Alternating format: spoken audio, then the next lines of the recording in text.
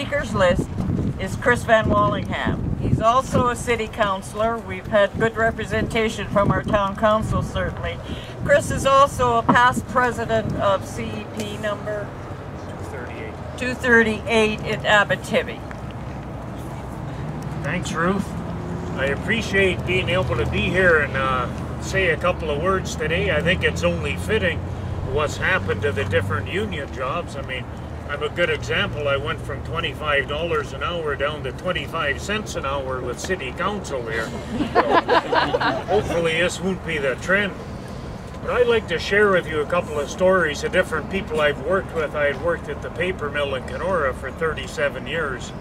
And there's a lot of heartbreaking stories with the different families that have had to leave and go out west and that. I'd just like to share a couple with you. One, and you could say it's from the cradle to the grave. First is for the young family. One of the ex-workers had 3 sons under 10 years old, and the wife is battling cancer.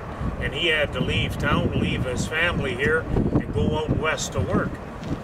Another co-worker of mine, he was the only sibling in town with his elderly parents here, and before he could go out west to work, he had to put them in a nursing home.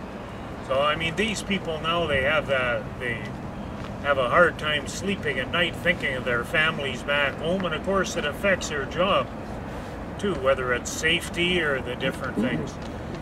But just in closing, I'd like to tell you some of the financial implications of what the shutdown of the paper mill has had in Kenora. Mayor Lynn has touched on it, but I'll just grab this.